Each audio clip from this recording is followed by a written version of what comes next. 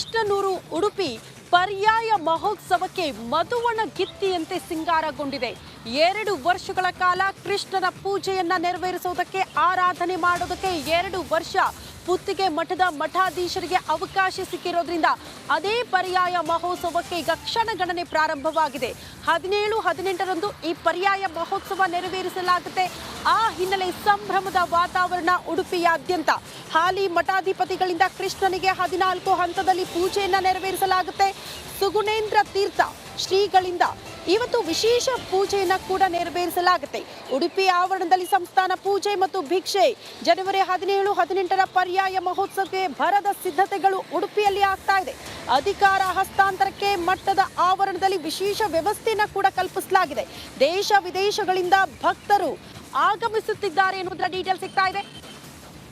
ಉಡುಪಿಯ ಸಂಭ್ರಮದ ಕ್ಷಣಗಳು ಪರ್ಯಾಯ ಮಹೋತ್ಸವಕ್ಕೆ ಮಧುವಣ ಗಿತ್ತಿಯಂತೆ ಸಿಂಗಾರಗೊಂಡಿರೋದು ಕೃಷ್ಣನೂರು.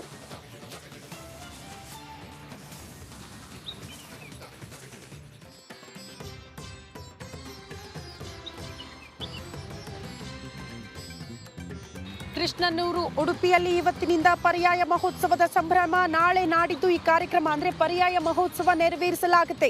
ಹಾಲಿ ಪೀಠಾಧಿಪತಿಗಳಿಂದ ಕೃಷ್ಣನಿಗೆ 14 ಹಂತದಲ್ಲಿ ಪೂಜೆಯನ್ನ ನೆರವೇರಿಸಲಾಗುತ್ತೆ. ಸುಗುಣೇಂದ್ರ ತೀರ್ಥ ಶ್ರೀಗಳು ಇವತ್ತು ವಿಶೇಷ ಪೂಜೆಯನ್ನ ಕೂಡ ನೆರವೇರಿಸ್ತಾರೆ. ಉಡುಪಿ ಆವರಣದಲ್ಲಿ ಸಂಸ್ಥಾನ ಪೂಜೆಯಾಗುತ್ತೆ. ನಂತರ ಭಿಕ್ಷೆ ಕಾರ್ಯಕ್ರಮ. ಜನವರಿ 17, 18ರ ಪರ್ಯಾಯ ಮಹೋತ್ಸವಕ್ಕೆ ಈ ರೀತಿಯ ಸಿದ್ಧತೆಗಳನ್ನು ಮಾಡಿಕೊಳ್ಳಲಾಗ್ತಾ ಇದೆ. ಅಧಿಕಾರ ಹಸ್ತಾಂತರ ಆಗುವ ವಿಚಾರಕ್ಕೆ ಸಂಬಂಧಪಟ್ಟಂತೆ ಮಠದ ಆವರಣದಲ್ಲಿ ವಿಶೇಷ ವ್ಯವಸ್ಥೆಯನ್ನು ಕೂಡ ಕಲ್ಪಿಸಲಾಗಿದೆ. ಅಲ್ಲಿ ಅಧಿಕಾರದ ಹಸ್ತಾಂತರ ಆಗೋದು 2 ವರ್ಷಗಳ ಕಾಲ ಕೃಷ್ಣನ ಪೂಜೆ ಮಾಡೋದಕ್ಕೆ.